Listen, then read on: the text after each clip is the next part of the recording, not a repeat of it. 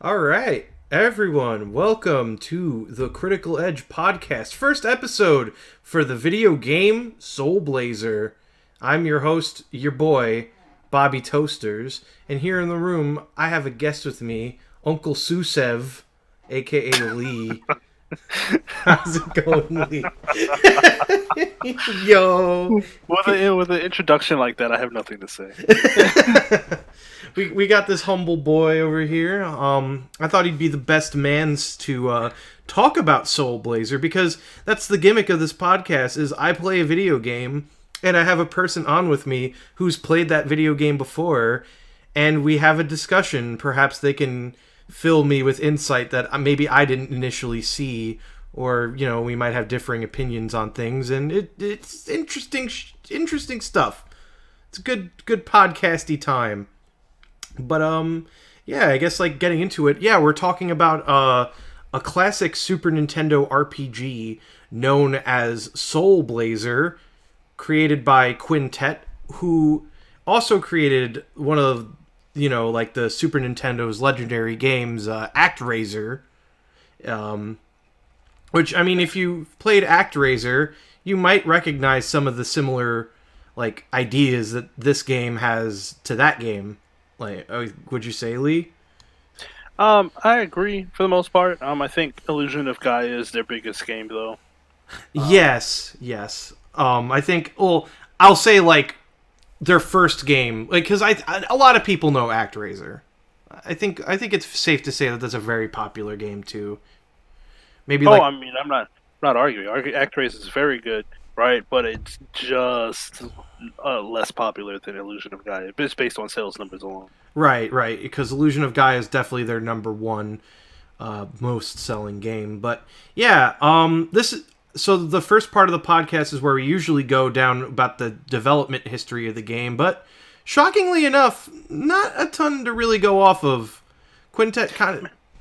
The only real thing to bring up is that like they got a big name somebody to compose their soundtrack. Yes. I actually the name being Yukihide Takekawa. I don't know Yeah. if I am butchering the crap out of that name, but included works on Galaxy Express 999 film, Sayuki Genesis Climber Mospeda, uh, Cho Shinsei Flashman, and Soul Blazer.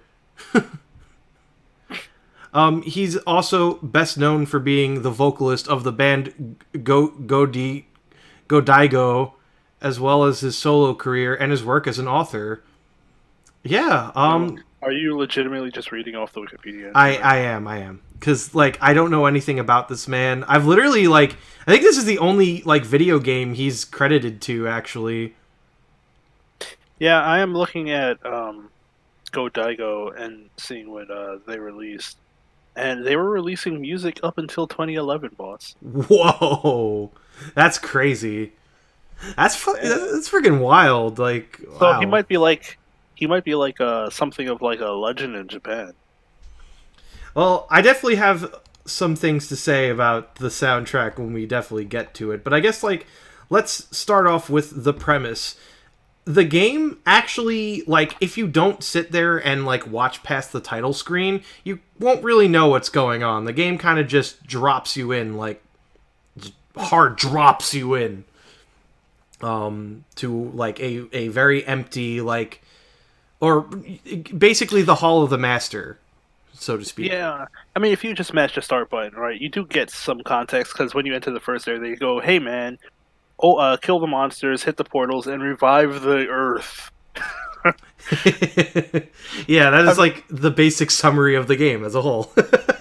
right? That's what they hit you with as soon as you enter. So I mean, maybe, right? Like watching the title screen and getting the second part of the attract mode definitely gives you some more context. Right, Also, right. also the cover of the game tells it to you. Yeah, exactly. It's like free the what is it? Was it? I got it up. Free the Frelia. Frelians make death toll pay.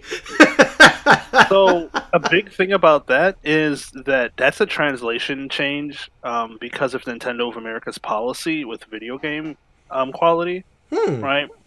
The Master and Death Toll are just literally God and Satan every time. I mean, they definitely don't do a good job of hiding it. Oh no. I mean, they literally just it's like what they did in Castlevania 2, right? Where they just kind of removed the crosses from in front of the churches and just left them as churches. Yeah. I mean, hell, Nintendo was even doing that up to the point of like the I don't know if you know the video game Baten Kaitos, like a Is card that the one with this? RPG. Oh no, no, what's the one with the sun sensor on it? Oh, that's Boktai. Oh, That's okay. the Hideo Kojima game. Yeah, yeah. Yeah, okay. I Um, always the, confuse those two. but yeah, like Baten Kaitos, it was a like an interesting RPG with a card-based battle system, and it actually had a lot of themes of religion that was either kept in or removed randomly, seemingly. Like some of it Yeah. was kept unscathed, but you know. But I digress. Oh. It's basic. The basic idea of the plot is that the world that you're in is known as the Friel Empire, and there was an evil king. I think King Magrid, correct? Yeah. Right, right. King Mag. I think he was really really greedy and wanted money. Like this is literally the setup. Like in layman's terms, like he was really greedy and wanted money. So he had a scientist named Dr. Leo make dangerous machines to summon Satan because Satan promised him money. Is that apt? Yeah. So he wasn't. So let me tell you that he wasn't actually greedy, right? Okay, okay. Um, but but that would kind of be breaking the storytelling of the game to tell you that he's not actually greedy and explain why. So Right. I'll just say now that I disagree with you thinking he's greedy. Well, I'm just listen. I'm just saying what the intro of the game is setting out for the player. You know what I mean? Like, Yes, he did trade away every human soul for a gold piece from the devil. yes, that's what the game tells you if you wait past the title screen. That's the context it gives you. Whether or not all of that context is true or not, you, the player, must find out for yourself as you basically explore six kingdoms and restore them from death. That's like the basic gameplay loop, essentially, which we'll cover later on. But I do want to start off with the story talk because I do think that's like the meatiest part of this game, I'd say. And I think it would be better paced if we just talk about story first and then gameplay and everything else after that. Um, Really? Yeah, all right. I mean, we'll get the meat and potatoes out first, and then give everybody the celery after. I'm sure they'll eat it then. this is, I guess yeah. Like, and if you know, and of course, if anybody's listening, if you have any feedback, please let me know. If this isn't a very good format, I will take that into account. But Go ahead. regardless, yeah, I will leave a timestamp in the video description for you to know where everything is going to be. Regardless of that, we will begin with the spoiler talk for the game's story, which I feel like if you're not talking to a lot of NPCs, it might seem like it's a little thin on story, but it's definitely there, especially if you pay attention. If you're like me and you talk to like every NPC. I mean, there's that. Also, the game forces you to talk to the requisite NPCs that actually put the story together. Right. So, right, I mean, you might miss some things here or there, and like some small details. Like, you have to put together that Turbo the dog dies fighting Death Toll because he's not with it. Right? Yeah. You have to find that out. Right? I Yeah. know that broke your heart when you did. Man. So, just to start off though, like the game starts you off in a pretty like empty field, which I actually thought was really neat. It kind of gives you like a very familiar opening to a game because when you play an RPG, what do you usually think of? Like the picturesque grassy mountainside town. And I definitely think it's the most basic of the areas. Like I think it's the most familiar, and this is like it kind of gets the player like acclimated to all of its mechanics and story. And the basic idea in the town is you eventually get an item called the Dream Rod, which you use to wake up a girl who what was her name again? Lisa. Lisa, who is Dr. Leo's daughter, and you learn about Dr. Leo and how he was a scientist who basically helped bring death toll back. You know what I mean? Like uh, back from the dead to torment humanity and wipe Yeah, everything he out. Dr. Leo's very enterprising scientist, so they made him make a machine to summon death toll. Yes. Against his will, which you find out later. Well, no, actually, not even that you find out later. She makes it pretty clear, too, that, like, her dad was not okay with this. He was kind of forced to do it. I don't think Also, they ever make it, like, ambiguous of his, like, morality. no, you realize he's a decent person. At first, you think he's a bad guy, but the more you learn, the less you think that he's a bad guy. Also, Dr. Leo is a direct reference to Leonardo da Vinci. I didn't know that. I makes a lot of sense, though. Yeah, he's a very big scientist doing controversial work who also is a painter. Ah, ah. There we go. But yeah, like, I definitely don't think that, like, the levels themselves, like, there's not, like, you don't really get, like, you do get a lot of plot in the game overall, but I wouldn't say, like, at least early on, you kind of get, like, drip fed the plot. You kind of have to piece everything together by talking to NPCs. I wouldn't say it's like a traditional plot that's like the easiest to discuss, at least like early on, because a lot of it is like isolated character stories. Like, for example, going a bit ahead, like the third area you go to is like an underwater metropolis kind, or like a mermaid home, and you find out about a young boy and his father on like a sinking ship that you have to go up to later on in that area, and you find out that like they kind of accepted that they were sinking with that ship and their demise because his dad was instilling in his mind that's like, oh no, it's okay, we're just going to get reincarnated, that's fine. I think he was just looking forward to the best because I think he had nothing. He lost everything. Yeah. And I think that's really like what describes like a lot of this game is a lot of like you learn about like a lot of isolated characters, and then like as the game goes on it involves the most important like character to the story is Dr. Leo, I think. Like they Yeah, I'll give you that. I mean, and then followed by Lisa and Blazer. Blazer being the canon name of the hero. yes, which is a good name. That's why I called myself Bob, so I always said Bob Blazer, which sounds like a friggin' like 80s cop name. Yeah. Bob. So this story is one that Quintet reuses a lot, right? Let me just say this plot.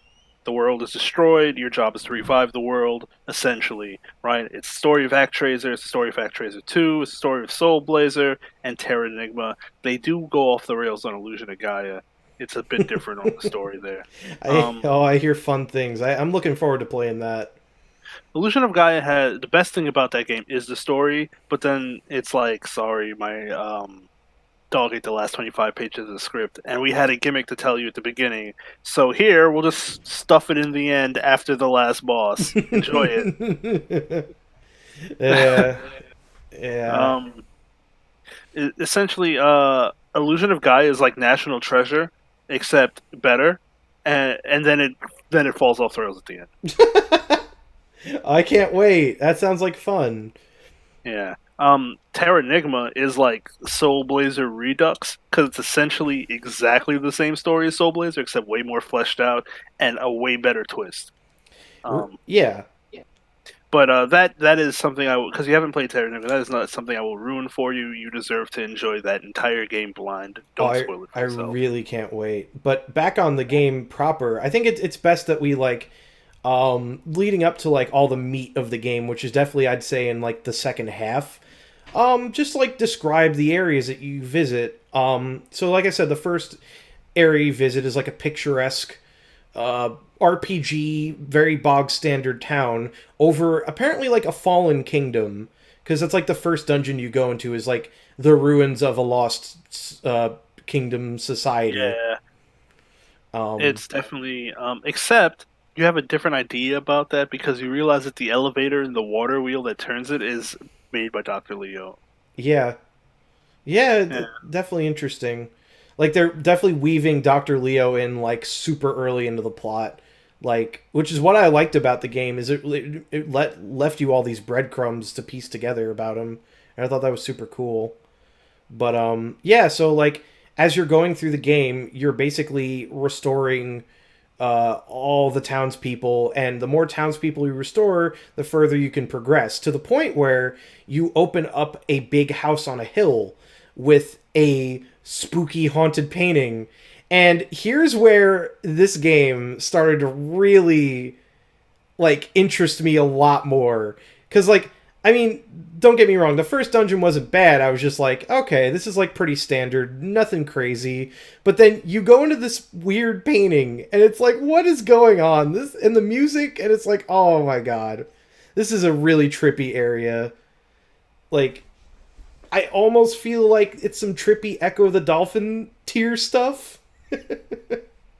Like would you say that's accurate?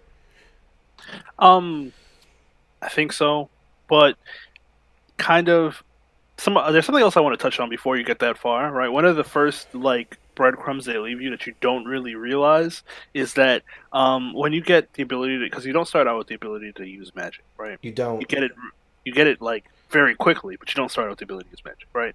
And Mhm. that's because you when the first people you release is a reincarnated servant of the master who you are a servant of the master, and he's a reincarnated servant of the master. And he was like, I used to live in the sky like you, but now I just do. But now I'm just a regular dude, but I can still do magic. Here, I'll be your magic. Right, Yeah, and it's a typical right, wizard man. right. Well, the reason that motif is a big deal is because all your upgrades in the game come from people who used to be in the sky like you, but can still do the thing. Right, and then since we're spoiling things, right, eventually you become one of those people. Right, you're reward for saving the world is to live in the world you saved. Mm-hmm. Anyway, going back to the painting, that is a bit weird, but I had my disbelief well suspended because I was talking to plants and rocks. You know what? That's a good point. Yeah, plants, rocks, Right, like, goats. right, like the first thing that talks to me is a flower. Right, Yeah, like I mean, I'm yeah. expecting this game starts off the rails, so you can't get I anywhere except guess back on the rails from here. true, Um, but I do think that the painting is definitely like a very big step into that weirdness that the game definitely leans more into the further you go. Because then from here on out, it's like, all right, you're done with the familiar setting. You know, like you I mean, restore. Well, yeah, Quintet has a huge sense of humor with that too, right? Some of it is, oh, I want to take you into a different experience, and some of it is, I want you to fight a vacuum, I want you to fight a vacuum cleaner. That's amazing. right? Like Quintet just has that aura about it. It's like, here, let's take you on this otherworldly experience where we get to explain to you things about transcendentalism and reincarnation and the wheel that never stops spinning. Let's pretty much tell you exactly how we believe right now, right with this game. Sure, all right. Also, let's fight vacuum cleaners and slinkies. Yes. But like getting, I guess moving on from here though, you know, we go from the very familiar setting to not like a terribly like non-familiar setting. You go to a forest, and as you're restoring the forest, you find out that there are no humans here, only animals, and you can talk to all these animals. They include like, you know, dogs. You know, you find dogs in the forest all the time, right? Freaking squirrels, Yeah, what's the name moles. of the place again? It was like green something. The place, dang it.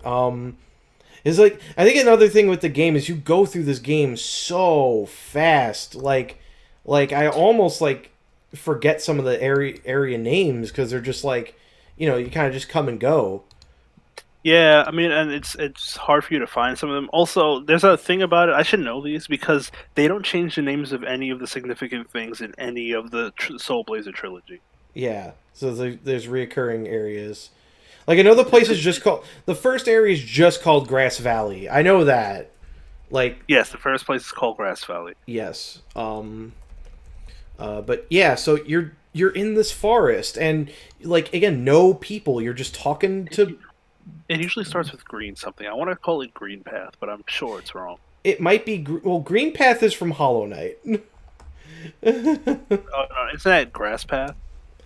No, I think it is Green Path, but I could also be Oh, wrong about that. Hey, um, welcome to the podcast where everybody's wrong. everyone's wrong about everything. Okay, Greenwood, Greenwood, yes, It and was Greenwood. Okay, the yeah, gimmick, Greenwood is actually a recurring thing. You'll see it in Terra Enigma and Illusion of Gaia. right? And it is a fully animal, self-sustaining society, and you get the power, the help, just like how you got a wizard to help you. And this is again where the game just keeps getting weirder. You get a mole to help you see in the dark, because yeah, like you do.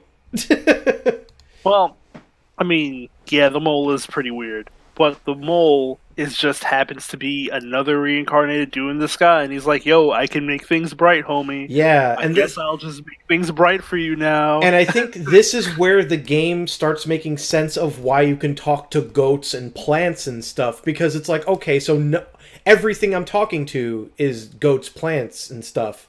And they start introducing the idea of reincarnation, that like all these animals could have been people, like in a past life.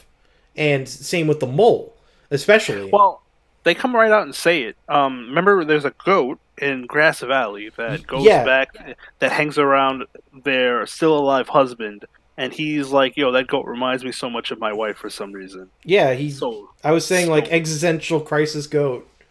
yeah. It's like I know he can't, and the goat goes, "I know he can't understand me, but I just enjoy his company so much." And I'm just like, "Oh my god, goat, Oh, got goat, me in the feels." you're getting so deep, goat. Yeah, But goat, you got me feeling things. yo, the goat.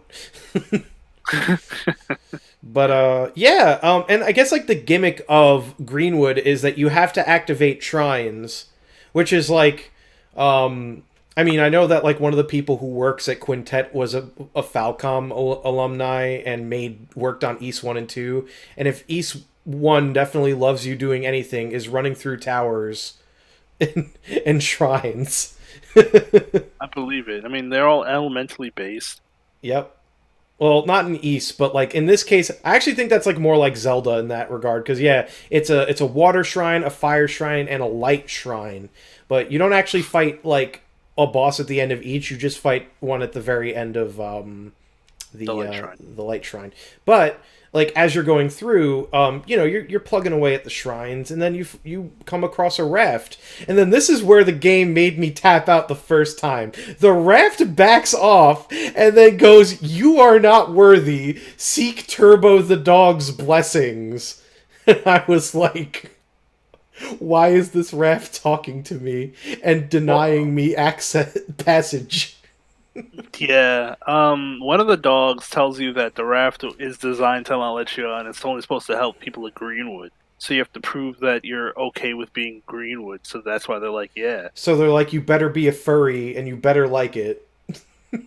It's that that's right. jokes. But yeah, like so basically yeah, you have to go back and do what I can only describe is find a bird. You use the dream rod I brought up earlier on the bird to go in the dream, and you learn about how Turbo the dog met his demise. And mind you, I got a little ahead of myself. Lisa in the first town mentions that Turbo the dog, along with 3 other animal companions, were Dr. Leo's pets, and you have to seek out each one of them. And Turbo's one of them. However, he's dead. So you basically have to learn about how he died and find out where his special leaf is, which is to say, in his remains in one of the mole holes, which You is were right. really macabre in a way. Like you have to kind of, like desecrate the remains of a dog to find the thing that you need to move on. That's the kind of stuff that Quintet really like starts establishing a lot in this game. Is like, while it is like a quirky, weird, even like wholesome game, like it doesn't shy away from like grim stuff. You know what I mean? Like it definitely holds it on its sleeve at times, and this is definitely one of the cases. Yeah. How talking about Greenwood, right? So Dr. Leo being the goat, right? Because he is really the hero of the game. He Despite is. right, he is Soul Blazer could also be called the fall and rise of Dr. Leo, right? Because this man goes, yeah, he tells his daughter in a dream, even though he's dead, to find to help you out and to give you direction to find the animal friends. Right, the whole gimmick is for you to get the stones that he's given to each of the people that you save. Right, Right. the guy who has the stone in the first in Grass Valley has is the mayor of the town, who's the sad face in the painting. That's what I'm surprised. That's not what made you tap out. That the painting has a sad face. I don't know. I don't know because like I think I didn't really look close enough to see the sad face. Oh no, you can't see the sad face, but when you like view it before you get the Oh, paintbrush, that the it painting goes has a sad face. Yeah, I do yes, remember that. Hmm. yeah. It's like it's like this is a painting of this thing, right? It's called the World of Evil, but why is this man's sad face just in it? Because there's only evil lies in sadness. That's what this game's trying to tell you. I But mean, maybe. maybe. But anyway, so you desecrate the remains of the goodest boy. Yeah, I mean, he went out like a G. He's like, you might be the devil, but you can get these paws. You cannot yo, I will good boy the heck out of you. That's what Turbo the dog said. And as far as I'm aware, Turbo is also a reoccurring character in these quintet games. Well, all of the five animals are recurring. The four Gotcha. pets. Yeah, a lot of and pretty much the things they established in Soul Blazer, they just pushed into every game they could. Mm-hmm. Turbo's in a lot of things. Turbo's also in RoboTrek. Yeah. Turbo's like Quintet's mascot. The boy. I mean, what better mascot than a good boy? Just a normal dog named Turbo. Yeah. But yeah, like you basically end up fighting like a statue, like a possessed statue that essentially is a three-phase fight. Like each one, like has a different element attached to it that reflects the shrines that you've been through. And just to like kind of just digress a little bit from the story, I had the hardest time with the third one. I think this was the first time the game was actually really hard. Like the third statue just like did not, like there was no easy way of avoiding the shit that he threw. Yeah, it was a bit rough. But yeah, overall, yeah, the forest was really cool. It was like again the start of like like oh humans are not the only characters in this game. You're going to be talking to all kinds of creatures and restoring all kinds of different landscapes, and it gets Yeah. Honestly, it goes further off the rails in the third and fourth areas, and then starts bringing itself back. yeah, because in the third area now you're underwater, and like you have to go get yourself bubble armor to even breathe underwater. Because you're a person. Even though you were an angel, you were turned into a person to be on the Frel Empire. What a very strange thing to not for the master to not give our boy Blazer the ability to breathe underwater. Yeah. What a Oh time. yeah, and because Turbo's dead, the Greenwood Guardian gives you the stone in that area. Just to point out. Right, yes, the guardian, the tree, and that is like a big thing too. Is that you have to collect all the stones to even like stand a chance against Death Toll Satan. Um. Well, Doctor Leo has the stones split up because the stones are the way you summon Death Toll. That's right. Yes, yes, yes. And Right. so for you to go to the world of evil and body Death Toll, you have to get the stones.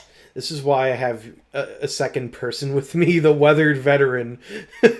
Yeah. So, like, I mean, I'm a big Quintet fan, so I've like played these games a lot of times. right. My problem with games is that like I'll remember like a lot of things about a game, but if I play it like once, there's like little details here and there that I tend to forget. So that's why I like having the second man on with me to set me straight, to set me on the right way, you could say. Yeah. The stones are definitely MacGuffins because they don't do anything else. Yes. But but that's the gimmick is you're getting the stones because Dr. Leo summoned Death Toll with them, and then he realized what a big mistake this was, what a grave error, and then split them up and sent them to his friends. Right. Um, All his animal boys, all the homies. and the mayor of whatever. Yeah. Um, The mayor of a grassland. Grass Valley. Grass Valley. So the third area, like you said, starts really going off the rails though, because not only is it like an underwater environment, like you're talking to mermaids and fishes and stuff now.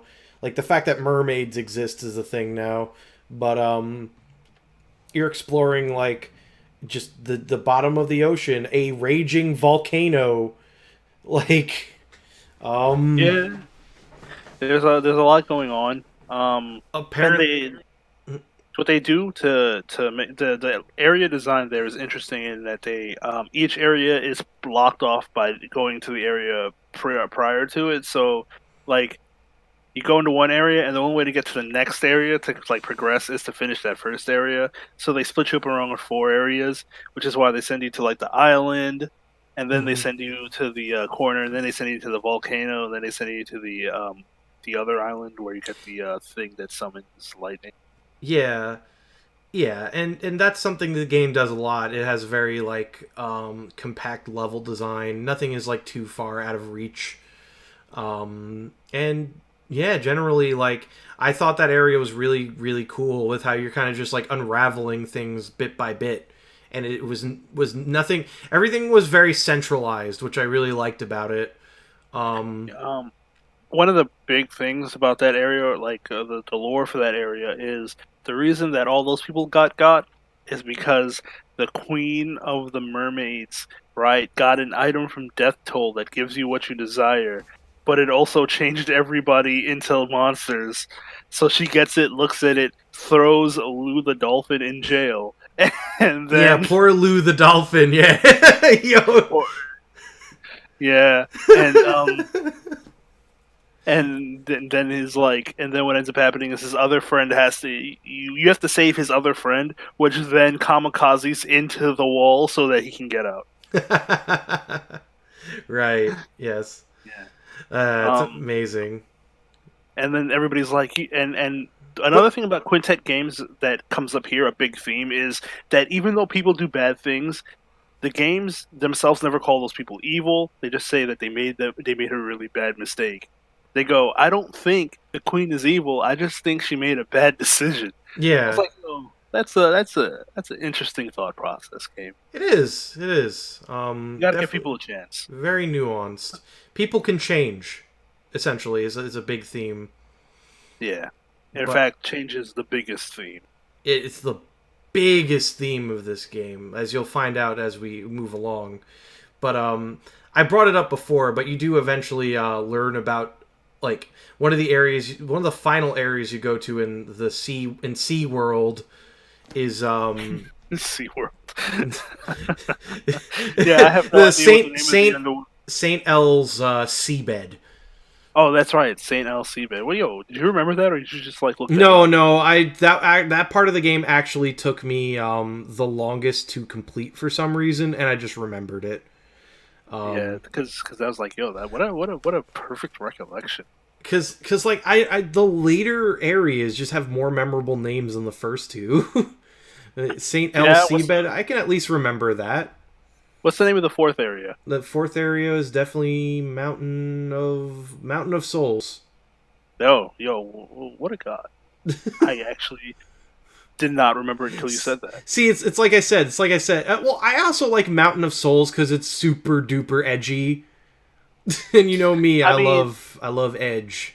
And ironically enough, that part is probably the most wholesome area in the game. It is, and yeah, but like getting to that in a sec, like we actually go up on this ship and you find out that it is a shipwrecked ship, and you learn about the people who were on it. They kind of accepted their demise, and the kid sentimentally left one orb in a treasure chest that you could actually go back and find, which I was like, what wow.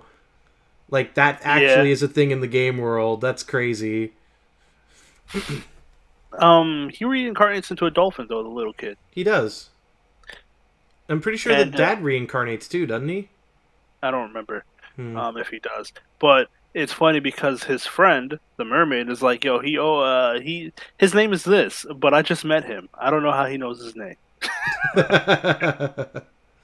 And it's the name of the little boy. I'm like, what a game. What a game this is. Yes. But yeah, so you fight a big dumb skeleton head on the ship. That was dumb. It reminded me of Dark Souls 3, that big dumb skeleton boss from that game. Did you cheese it out by just holding your sword out and walking into it? I kind of did that for most of the bosses in this game, I'll be honest. And this I actually figured out on accident, because I'm like, the Mantis boy, the first boss, um I just did it, and he died. Yeah. Like, I don't He know. was no longer alive. I was like, wow, this is an effective strategy to use for most of this game. In the speedruns, they don't level up to the requisite levels to use the last sword, and they just hold it out on the last boss. That's crazy. But yeah, like I was guessing right on, the Mountain of Souls is also an area you travel to, and once again, devoid of human life. Instead, you You meet get weird half little people. halflings? Like, I don't know if they're dwarfs or elves or whatever. uh, uh yes. Hobbits. Yeah, I Uh don't know. I don't. They don't specifically say what they are. Young lads, which is not too far off, because apparently their lifespan is a year, literally. Yeah, and they're like, time doesn't matter to them. They just take every moment in as the best they can. It's so wholesome. Like, that, Yeah. honestly, I will say there probably is like the least much going on in this area in general, aside from like something you end up obtaining later. But it is kind of like still adding to the theme, like the heavy themes of this game, where like, yeah, these people only live for a year, but they're making the most out of life despite the situation that they're in, out of their control. It's like they're taking a Um. positive from a negative. Though the king of the area is a jerk because even though he does give you the most OP thing in the game later, right? The reason that everybody over there gets changed into to animals like bad guy enemy things is because Gnome the Snail goes there to warn him that bad things are afoot. Here's what you need to do, and he's like, "I never seen you before. Jail you go." Yeah, I remember that. I'll be no, actually, I'll be honest. I forgot about that because it was kind of brushed aside really fast. I feel like You, Gnome the Snail had the least presence in the whole game because he was in jail for like this entire section. He's like, let me seriously? out. You talk to Gnome to Stale for 5 seconds because the entire time you revived him and you're staring at him, you can't talk to him because he's in jail for the whole area. Exactly. At least like Louis the Dolphin, like there's a good reason. Like like hell, Louis the Dolphin's like prison was separated by a wall that you literally couldn't talk to him through anyway. Where the snail, on the other hand, had like normal jail bars. You could easily give this man a couple lines of dialogue. But yeah, I'll be honest, I did kind of forget about a lot of the little things in this area, but I didn't forget about the fact that the little people only live a year. Other things that are cool. One of their favorite pastimes is racing snails. Yes, that's right. Yes, they do snail races, and some of the people that you rescue are just snail riders. Yeah, Yeah. and the snails and the mushrooms outlive their handlers, which is depressing. And the snails know Yeah. that too. It's like he's about to die, and I just want to be with it. I'm like, damn, homie. I But don't know if you talked to that snail. There's a guy who revive an old man who's on the water, and he's not on the snail, but the snail's next to him. mhm, Right? The snail just goes, "Yeah, he's about to die. I just don't want to go." right. And I'm just like, "Wow, wow, snail boy." What a god. But Yeah, but yeah, I mean, like, I also think that the area of the mountain in general, like, wasn't super interesting. The funniest thing about the mountain, though, was dealing with the snowballs, the killer snowballs. yo, the killer snowballers are super annoying. They I are. mean, I liked the Mountain of Souls a lot. There's also another good like moment where you revive a guy and his girl, and he's like, "Yo, uh, I really love looking to her eyes. I hope that I can have this moment forever." And the girl's like, "I liked him for a second, but I want somebody else. Is there Yes, something wrong with me?" yeah, yes, yes. Oh my god. I was like, yo, I was, friend zoned. Oh my I was, god. I was like, "Yo, the blow up." I actually think that was something I did screen cap and put on Twitter, I think, during my playthrough. Just like, dang, that's the I was blow like, up. what a god to say that. Like, ugh. But yeah, and I think it's safe to say that the plot really starts taking off more though in the fifth area, which is of course a desert area, but not really. You're actually just in Dr. Leo's house that's in a desert. You don't actually go out to the desert ever. Which Yeah, I you're in was Leo's lab. yeah, and I was like, what the hell? I was preparing up for a nice desert level, but instead you know, instead we just got Leo's weird laboratory, and weird it is. Very weird, but The also a testament to his ability to be like an inventor. incredibly, yeah, like the entire basement of his house is a maze of pipes and vacuums and Roombas and Slinky Boys. Yeah, that's about right. Though it does ratchet up the weirdness because why can you talk to doors now? Yes, like I was actually going to get to that. I don't think I mentioned in the water area or the mountain area you do get like more souls that help you in those, right? I don't seem to remember them. I know that the One protects you from falling flames. very useful throughout the whole game, am I right? It's Just only useful for that one volcano area. yeah. Uh, No wonder why I fucking forgot. yeah. And I keep trying to remember for World of Souls, come on. Because usually you get extra Slipping on souls. ice? No, is That's the it? mushroom shoes. That's a mushroom. The mushroom shoes. The god. Yeah, you could walk on the ice. No, it was.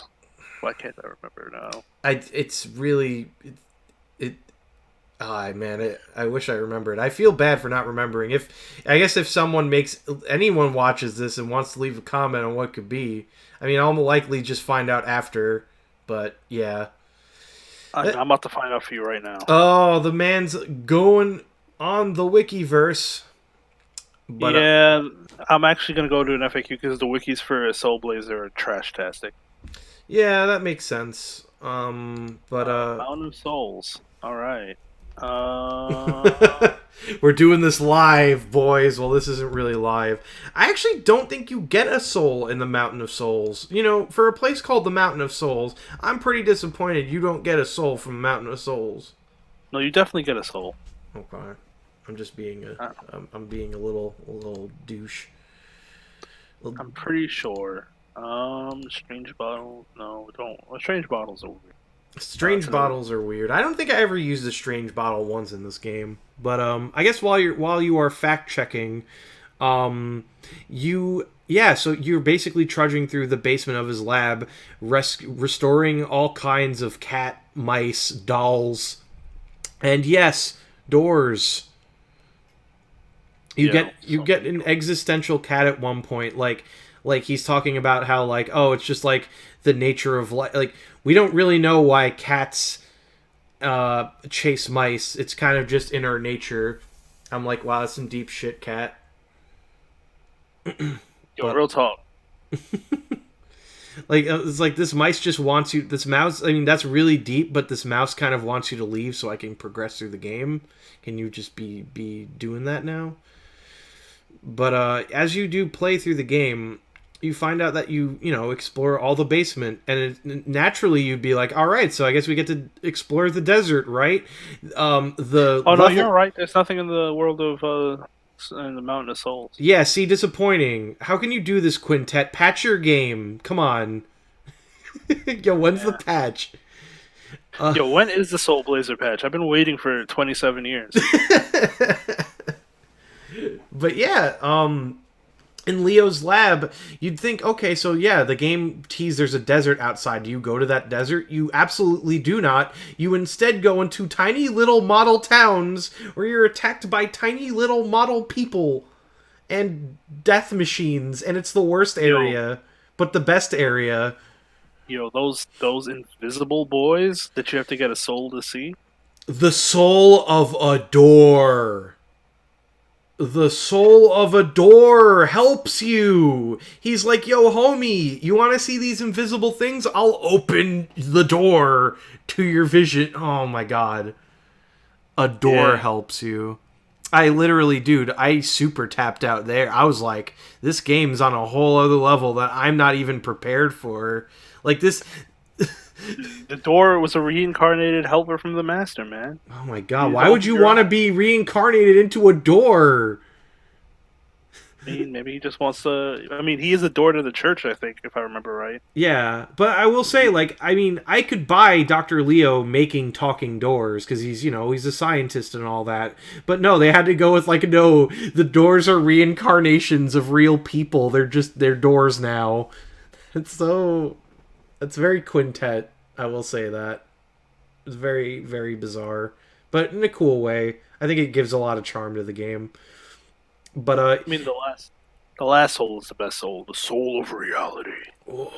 like Marvel Infinite, hey. No, I don't want to talk about inferior games. But yeah, like you go through these little model villages, which has you also really does go to show like the genius of Dr. Leo, because he's just like, I look at these things and I think immediately like this man has many contingency plans set up just in case this whole death toll thing comes to pass. Because if I'm not mistaken, the model towns were like I guess like designs for safe houses for humanity in case this whole thing like went to crap, which it did. Or is he just designing towns? Like No, he was just designing towns. That was like things he's working on. right. Okay, so it wasn't like nearly anything like that contingent. No, what was the big deal about Leo's lab is you go there, and then the basement is the power source for the machine that summons Death Toll. Gotcha. Yeah. And you do actually. This is like where you start getting the actual physical appearance of Doctor Leo for the first time. When you look into use the dream rod on like one of the dolls, you or no, a rat. You use the dream rod on a rat. You see like Who remembers the scene. where Yeah. where the Frelian Empire soldier just goes, "Yo, you can come, or we can kill your daughter, and you can come." Yeah. And this is also where you pretty much get cemented that like Dr. Leo is not a bad person. He just wants to make creations to help people, but instead, you know, the Empire is forcing him into a position where he basically has no choice but to summon Satan. Yeah, And you know, like I think I like that this is, you know, like it's really starting to show Dr. Leo's true colors. But you know, you play through the game, you do a second town, replicated town, and I'm just sitting here like, but why all the toy soldiers though? But why? did you have to put so many of them? Did you? Dude, the knights were the worst. They're so fast. And the bowmen, they can screw off. I hated that area, but I liked it conceptually. I thought it was super cool.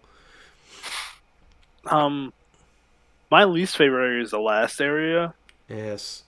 the Freljord Empire. Which is right after this actually. Yeah. I think you fight a big robot in his basement, in the other part of his basement, and that was a pretty easy boss. But you also, like get a stone from one of his dolls, as opposed to, because at this point you've met like all the animals. So you're thinking like, all right, that's it, right? Nope. He also entrusted a stone to one of his dolls, and that doll gives you, I do believe, the last stone, or No, the last stone you get from the king who summoned right, Death Toll. exactly. So after this is the Fendelian Empire, which is yeah, I could see why you wouldn't like this place. Though, the story does like teach you about the chest here if you're paying attention. Yes, yes. This is where I think the story. I was saying it before, like in Leo's lab, I think the story really started taking off there, but this is where, like, this is basically the climax of the game. This is where the Yeah. most stuff happens, I think. Yeah, so you start bringing people back, and then everybody's like, "Whoa, that's cool." You bring the queen back really early, and you go to talk to her, and she just goes, "Do you think I'm pretty?" Yeah, I was gonna mention that. I was like, oh my god, why? Like, was this a mistranslation, or is she No, just, no. This was definitely done on or purpose. is she a thought? Like, No, she's just so narcissistic. That's all she cares about, oh man, vanity. Wow. right? Yeah. And when you tell her yes, she moves out the way.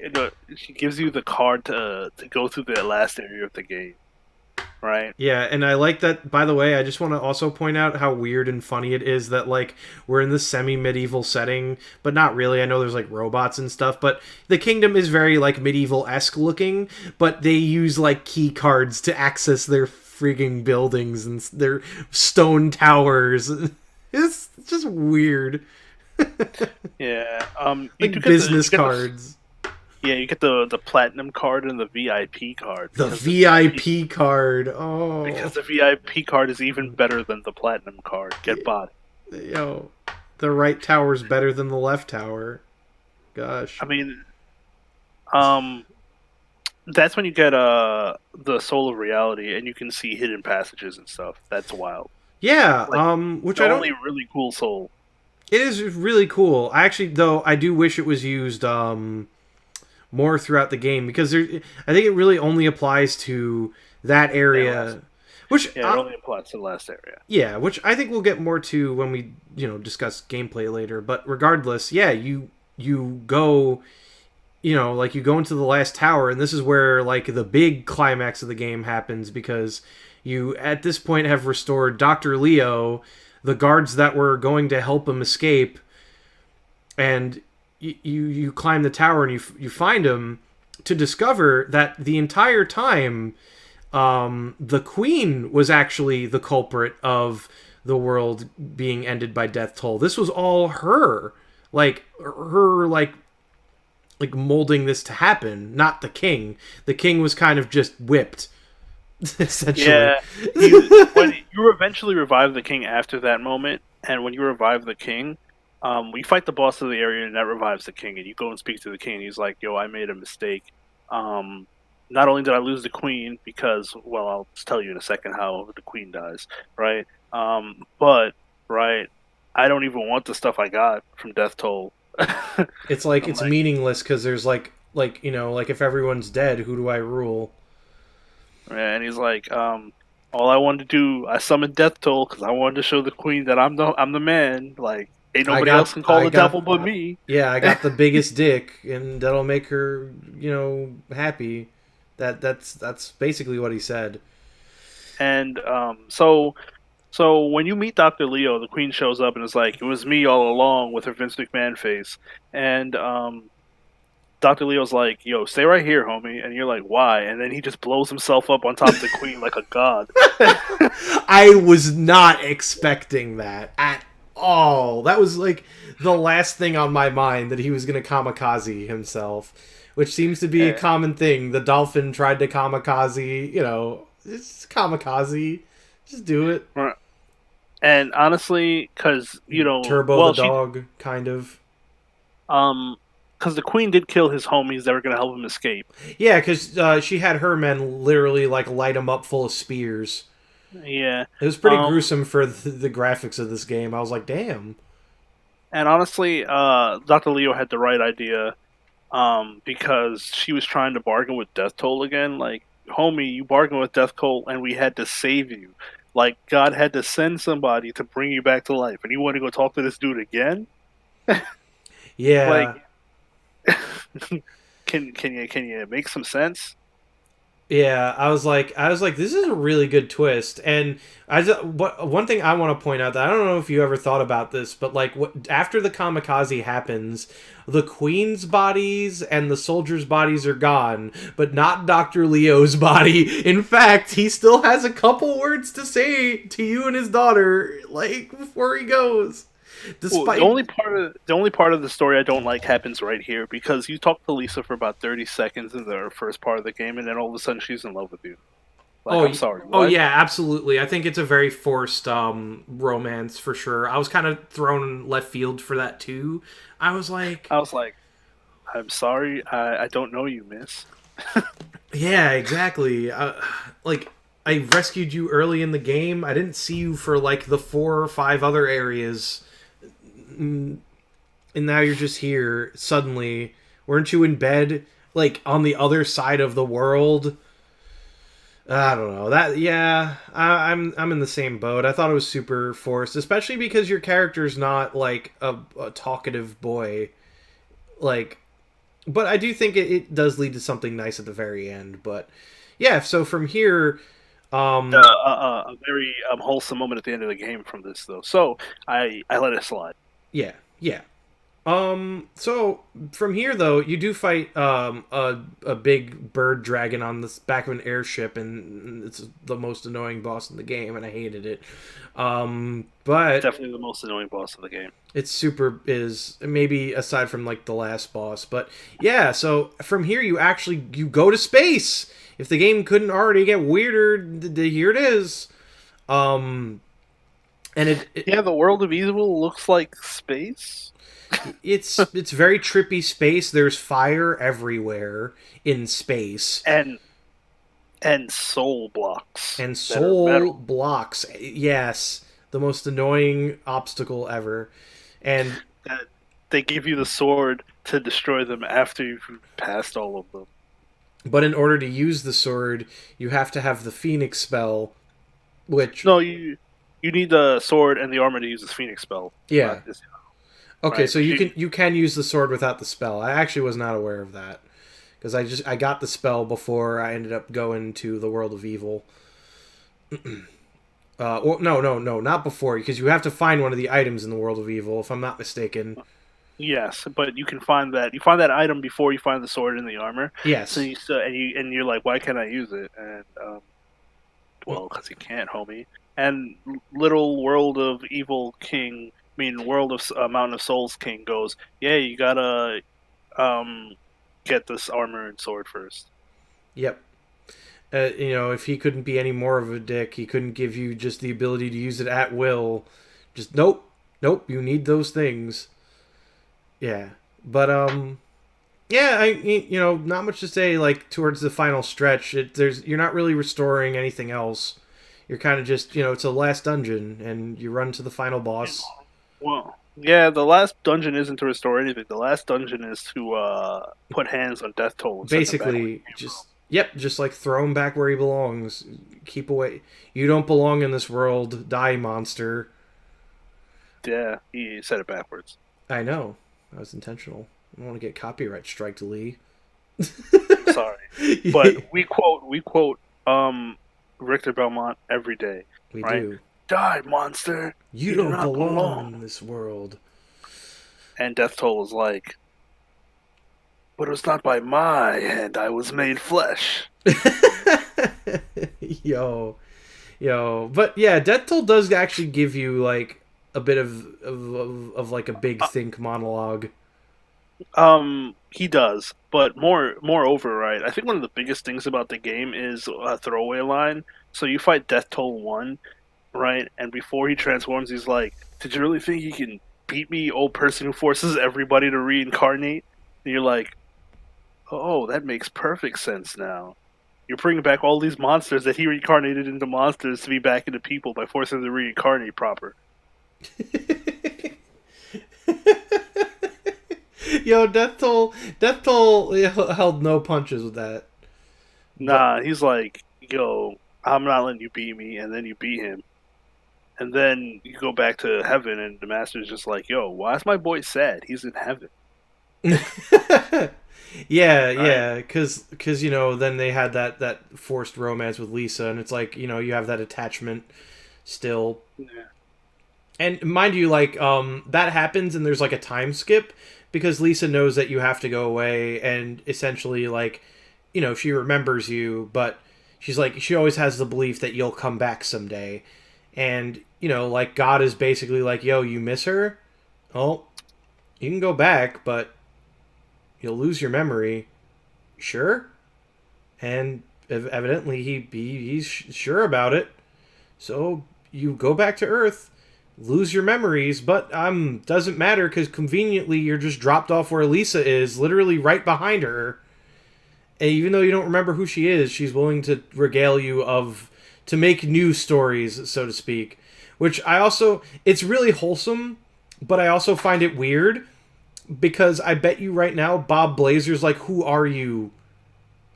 Oh, well, that's exactly what it is. It's like I reincarnated you as a human, you have no memory, but Lisa's like, don't worry, you can feel it. Yeah, it's like you were drugged and then you wake up and you're like lost your memory. Are you sure I like you? I don't know. It was weird, but I did like it overall. I thought it had a really happy ending, and or at least like a semi melancholy. Because again, he forgot everything, and that kind of sucks. But yeah, Blazer ends the game as a G. Doesn't get to remember he was a G. Yeah, that's the only sad part about it. Is he doesn't get to remember Yeah. everything he did. Yeah, but I think if he wants, I guess he'll live a happy life with Lisa, and yeah, that's basically Soul Blazer. What I guess like what do you have to say about any like finishing thoughts on the narrative overall? I like the narrative. It doesn't overstay its welcome. It doesn't spend hours of expositing the story to you. Right, you play the story, you experience the story, and I think that's something that a lot of games don't have these days. They're too busy beating you about the face with expository banter, and they need Gilgamesh to stop them. Yeah, I definitely like that this game is refreshingly straightforward in its like theming and story progression. Even like as I was gonna say, like once we get to gameplay, that even bleeds into there. It's straightforward, but that's not a bad thing. I think like there's merit for a simple story about saving the world whilst having heavy themes and not shying away from them. And I do think that some games tend to get a little too pretentious, which this game definitely doesn't. I don't think this game does. Like, or at least not a whole lot, aside from the fact that you are like a servant of God. And Well, I mean, okay, so it's easy to tell that story because it's just simple, right? yeah, Right. Everybody's got a point of reference for what's happening, right? But I think the real thing is what they're really saying with the whole thing is, yo, people misused technology and pretty much brought the worst thing they could bring, right? If you can think of something worse, you want to know how I can make it worse than what you thought of? yeah, exactly. I can turn it into the devil. There's even like actually a cutscene with Doctor Leo that you get from like one of the dreams, where he basically states that technology inherently isn't evil. It's how people use technology, because that's one thing I definitely hate. I hate it when like games tend to really over embellish, like, oh, technology's bad, technology's going to take us over, but then they undermine that the people behind the wheel are humans at the end of the day, and they reap what they sow. Like it I like that it doesn't demonize technology. Like, technology is the thing that brought Death Toll into the world, but it, like, was like it's still in the right hands. That technology could have been used for good. Maybe we wouldn't have to fight vacuum cleaner robots in his Maybe you could basement. have maybe you could have summoned anti-death toll. How Yeah, about that? maybe summon the How about that? master. I'm sure the master's a cool dude. Maybe no, he's not. He waited till the world ended to do good thing. What? Well, I mean, what else were you gonna do, right? You're gonna like come down and stop the king while he's selling everybody for gold pieces. Yeah, I guess he hoped that humanity would choose the right path, and they didn't. This is just. Right? Oh my god, this is Like, just Neil Breen's I Am Here Now. please no. Where the plot It's of that movie literally is Neil Breen, aka Jesus, comes back to Earth and goes like, humanity is sinned, gotta stop them. I don't know. Yeah, yeah. I just like that though. Like, I again, I do think like that is one thing. Like, some like writers still do pretty well. Like, I know Yoko Taro handles it pretty well with Nier, but yeah, I do think too often the message is machine bad.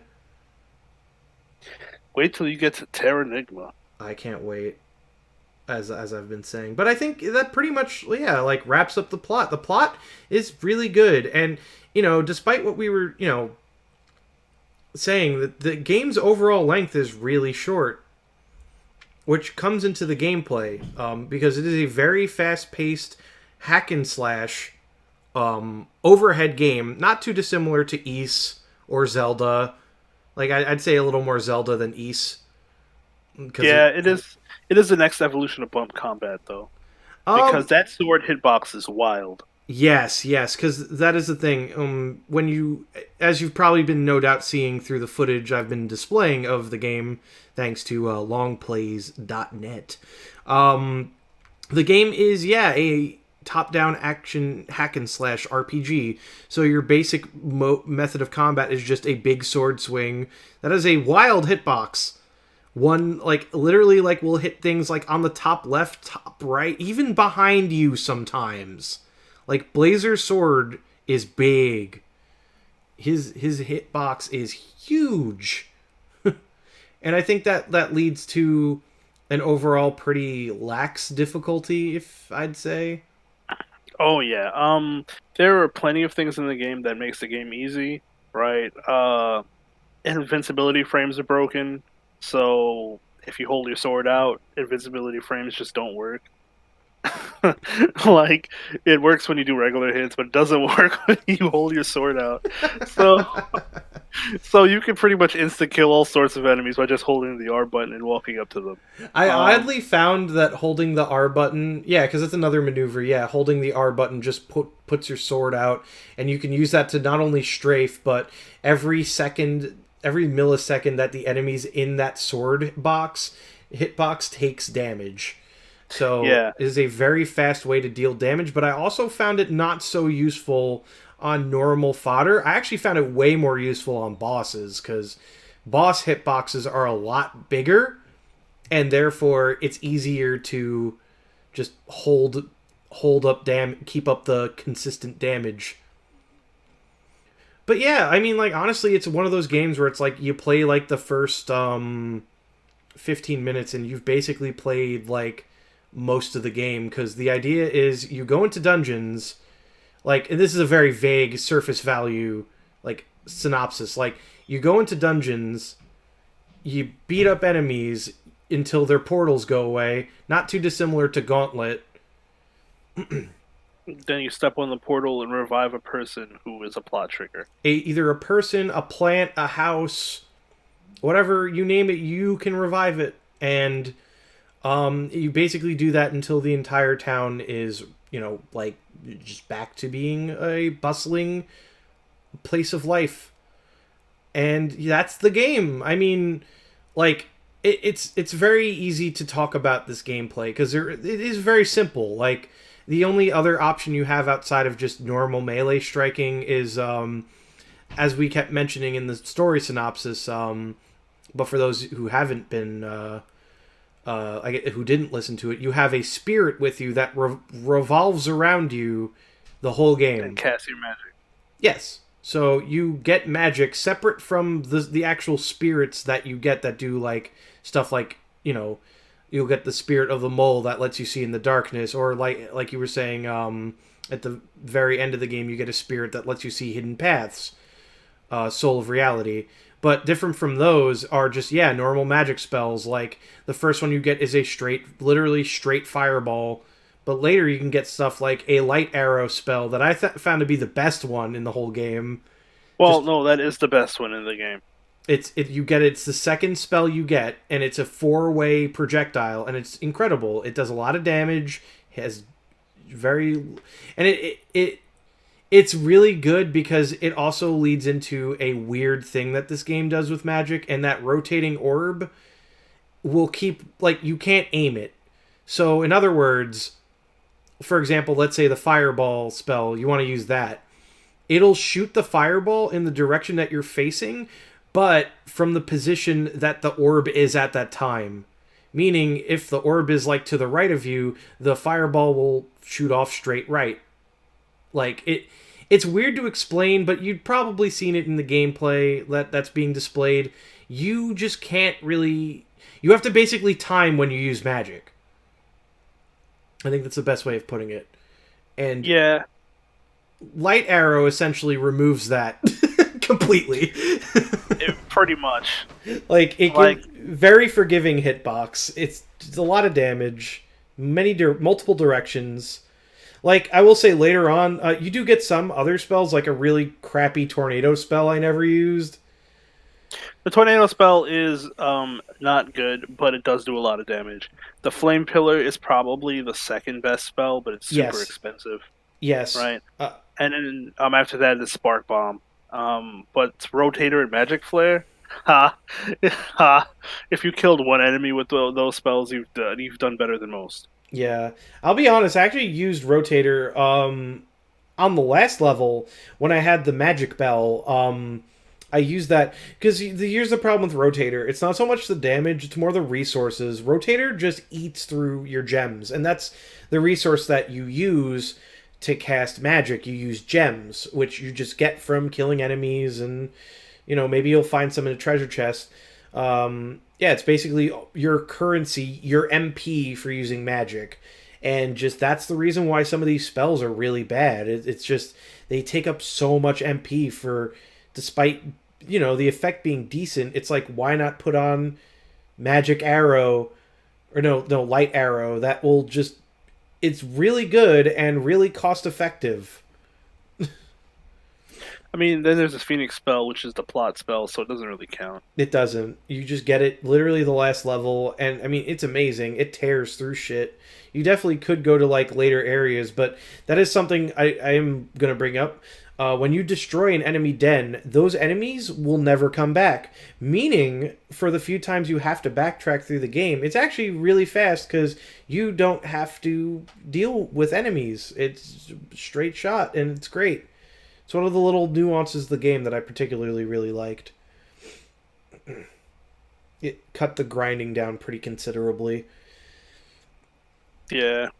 Like, I feel like the game, you were always at the right level that you needed to be as long as you were doing all the shrines. As long as you were killing all the monster dens. Yep. Pretty much.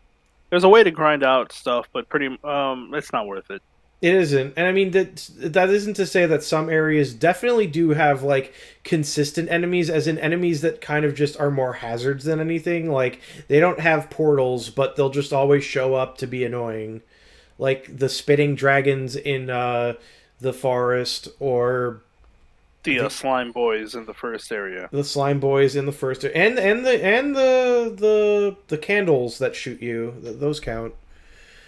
But the most annoying one, and I don't know if this will surprise you or not, but the most annoying consistent enemy in the whole game for me was the fishes in Area 3. I hated them so much. They were always put in the most annoying spots, and even when you drain the lake of all the water, they still never they didn't just not show up anymore. They would just flop around like dicks. But I don't know, I really hated those fish. They were just such a pain. They didn't make me feel the way you felt, obviously. What would you say is the most annoying, like, I guess, like, not like respawning enemy, I guess I'll say. Well, the fish don't respawn. No, they do. They do. They do, and when you drain the lake, they respawn. They're just flopping around. They're like one of the few enemies that like don't have a portal. Really? I don't Yeah. remember. I remember all the fish being gone when I came back. Hmm. I don't know. Maybe I'm crazy, but yeah. And the game in general is a pretty, it's a brisk game. It's kind of like what you see is what you get. It's pretty simple. I think that the true meat of the game comes from its story because despite me making it sound like it's pretty repetitive, I feel like there's a really weird catharsis to like, blowing up a monster den, activating it and restoring part of the town because it's like you're rebuilding a town. I don't know. It's like it's a weirdly satisfying game feel for being as But simple as it is. enemies I hated the most were definitely the fireflies in the last area. Yeah, because I was gonna get to that. Like, I was gonna say that before. The rotator spell, I used that on the flies. It was pretty effective because apparently they do have a flight pattern, but I couldn't have been screwed with to remember it. So I was just like, hey, rotator spell. Now you can't do nothing. I was just throwing out flame pillar. Flame pillar too. I did use that as well. But another thing about the game too is that I think the level design is really good because not only will like destroying monster dens restore something in like the hub area that you're currently in, it might also open up new paths in a dungeon and do all kinds of other interactions, drain a lake. I thought I just think that the visual like I guess like effect of activating a den was really satisfying and it made the level design really convenient because it all kind of like wrapped into itself, if that makes sense. No, it made sense. It also made progress feel tangible, which is a Yeah, thing people need.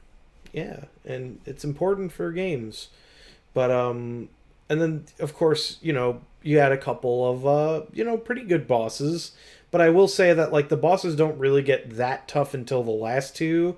Death Toll in particular took me like three tries, but um once I got his pattern, it because the weird thing about the bosses in this game is that like most of them you can kind of just cheese out by holding the R button.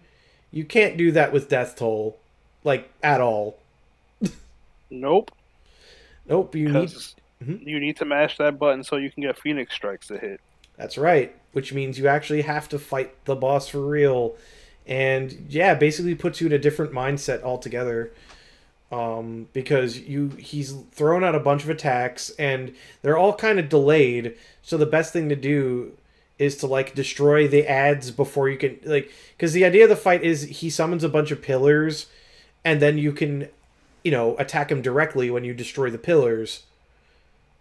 But it's good to delay destroying some of the pillars after him doing a specific reflecting laser attack so you don't have to deal with that when his hitbox becomes open and he shoots flames. So less to dodge, essentially.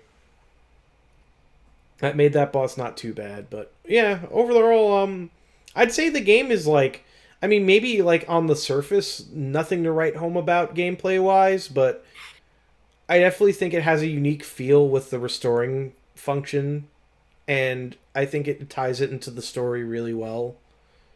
And as I said, previously, the biggest thing with the game is, of course, the narrative. But yeah, I guess like any thoughts from you on the gameplay otherwise? It's simple and rewarding and accessible. It's a game that aged well. Yes, I could play this game without a guide. Like the game is just that it's not that the game is like, like holding your hand the whole way. It's just very good at conveying information as long as you talk to people. Like Yeah, as long as you're not like mashing buttons randomly, I'm I have a pretty good idea that you'll finish the game, no matter yeah. who you are. And, like, honestly, the side content, like, you know, I feel like I see a whole lot of reviews for this game complaining about the backtracking, and I just don't see it. The backtracking is nowhere near annoying enough for it to be a problem. Because of, like, how compact every area is, and how little of it you really have to do. Like, you only have to revisit areas to, like, go back and destroy certain enemy portals you couldn't before, because you needed a specific weapon to take out that enemy. But that only happens like twice. Yep. It's very, it's And they very. reward you very well for going back. Oh yeah, yeah, of course. You get a special item that lets you, like, not only do you get a special item that lets you, like, cast spells infinitely, which, I mean, you of course know how helpful that is for death toll, but also you get, what's it called? You also get, like, some items for the Phoenix spell, if I'm not mistaken, right? I Yeah, think it helps you with that. some of the backtracking is mandatory. Yeah. But again, not obtrusive, so I didn't really understand the hate for that. No, I mean you could finish the game in like 3 hours if you're like not If you if you know know the lay of the land, like, yeah, it's a really short game. Again, not too dissimilar to the East games, which are a lot more cryptic than this game, I would say, like on your first playthrough. But yeah, like, it's a brisk paced game. No area overstays its welcome. They all are like an hour long. So total time it took me to beat the game was like 6-7 hours roughly. Yeah. This is the shortest of the Soul Blazer trilogy, though. Illusion of Gaia is second, and Terranigma is a very long game. Right. But also, I guess, to briefly touch upon the graphics and sound of the game. The graphics, again, not much to write home about here. It's definitely like an earlier, or, like, I guess, midlife Super Nintendo game, right? Like Well, yeah, I mean, 92 is midlife, yeah, right? Because it came out in like 90, and then it was gone by 96 because PlayStation came out. right, yeah. I definitely think that, like, there's, like, a certain charm to it, but I guess, like, not a whole lot stuck out to me, except for maybe, like, the bosses look pretty cool, and some of, like, the particularly trippy, weird areas were interesting. But yeah, I don't know. I don't really have much to say about the visuals.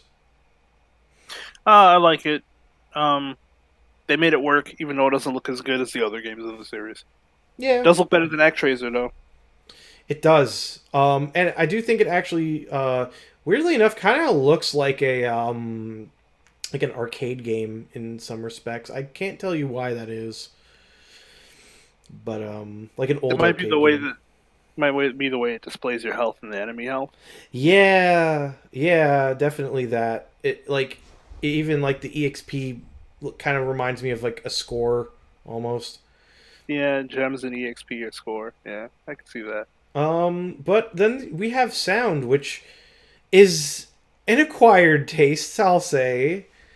Um, An acquired taste. I, I definitely like the music. I, I don't know. I think the music is pretty good. I, I don't know. It's weird because I guess I wasn't expecting, like, a very, like, I don't know how to. The soundtrack's kind of weird. I don't know what else to say about it. Like, but if you go and listen to some of the tracks, I guess I usually expect, like, really upbeat music for this kind of game from this time, but it's kind of like this low tone, like, beat type of music, and I think I like it. I think I do. I don't think I would, like, ever put this on a playlist that I would, like, absolutely listen to all the time, but I do have some themes stuck in my head. Though I will say, the Painted World and slash the Little Village, the Little Town themes can die. I hated those. They're Well, the spooky. title theme is really good. The In my title opinion. theme is amazing, and the town theme is really good. Actually, that's a testament because you literally hear that theme the whole game for every town, except for when you go to the second to last town, you can talk to a music guy and he'll change the theme, but only for, until you go back in the dungeon, it'll go back to normal. But yeah, the town theme stuck out, the title theme stuck out, the sad theme stuck out. Like like whenever there was like a really sad moment, like I don't know why, but that song gets really moody. I like the dream sequence themes whenever you use the dream rod. I also like Yeah, that's the what I first mean. Yeah. music.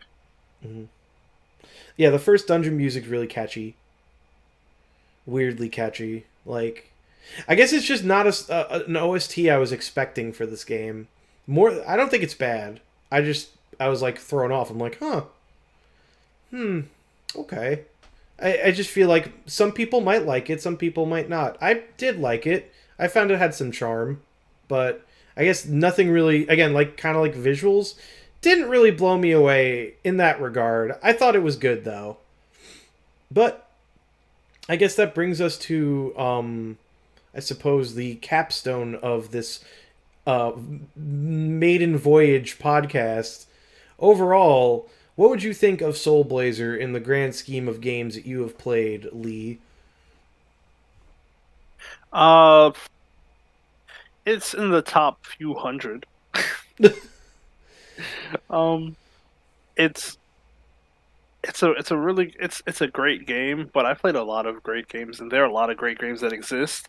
I can't put this above a lot of them, right? And similar games like Quintet puts out a better offering about 4 years later, right? And that game this game is like that game light, Yeah. right? You could say this game is like an introduction to a lot of Quintet's like theming and ideas. It's kind of like an entry point. Yeah, I mean it's also technically a sequel to this game, so Right. yeah. But yeah, I actually really liked it. Despite like me not being too crazy on like visuals, music, and I not thinking that the gameplay was that like all to write home about. I think the story was really surprising. Like honestly, again, like just the few scenes of real like rawness, it hit me pretty hard, and I think the theming of the games was pretty successful while being pretty straightforward. I just think it takes a lot to make a very simple story while still having very heavy themes, because you could easily make something either not deep enough or just way too overcomplicated that the general audience wouldn't like it. And I actually think that Soul Blazer strikes a really good balance, if you ask me. Yeah, if there's one thing I can say about this game is it ages well because the story just is timeless. It is a very good story. They don't add too much baggage to it. You They don't have don't. to, and that's all you need. It's a story that everybody can get behind. Yeah. But yeah, I think that should be it though. Thank you very much, Lee, for joining me on my maiden voyage of the Critical Edge podcast. I thought you were going to call it Critical Break, but I mean that's cool too. Oh wait, yeah, you were. I mean that's what you told me. This is a very real moment here on the podcast. This is a very real moment. But you know what? I'm sticking with it. We hold these. We're sticking with Critical Edge. That's it. Just hope Namco doesn't sue you. Why would Namco sue me? Because they call their Soul Calibur Super Critical Edges. Oh my god, you're right. Well, I'm not making any money off this. I doubt they'd care. So you get famous, Bob.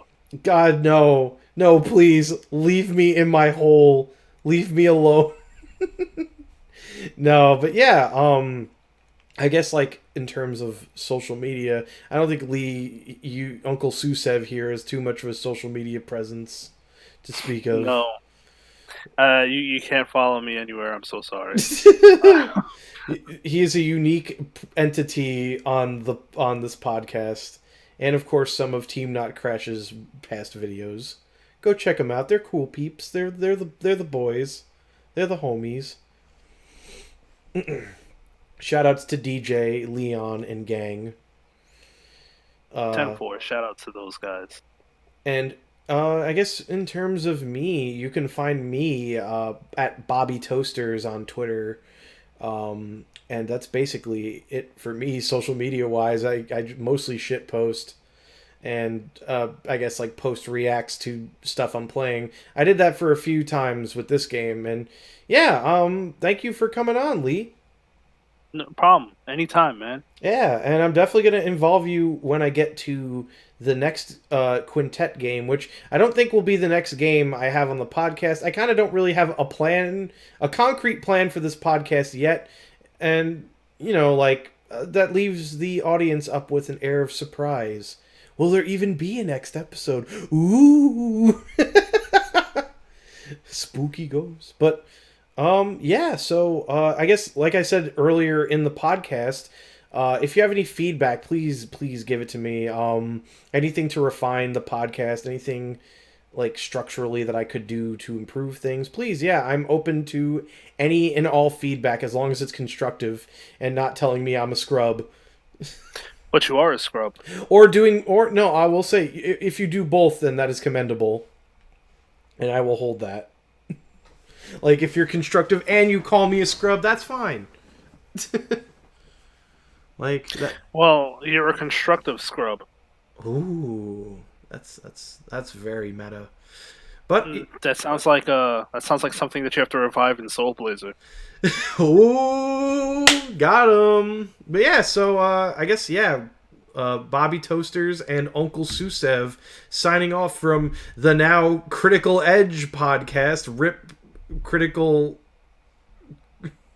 I don't even Critical Break. Yo, it's so in the past for me now because this is just what I'm sticking with. This Critical Edge Break. Critical Edge Break. Yo, dang. That's it. That's it. It's the sequel. It's the sequel no one wanted.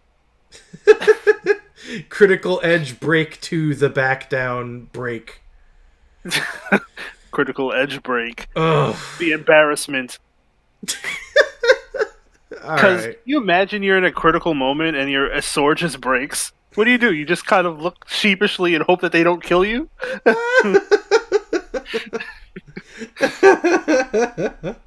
Anyway, all right, guys. This is where we're signing off on. Take care.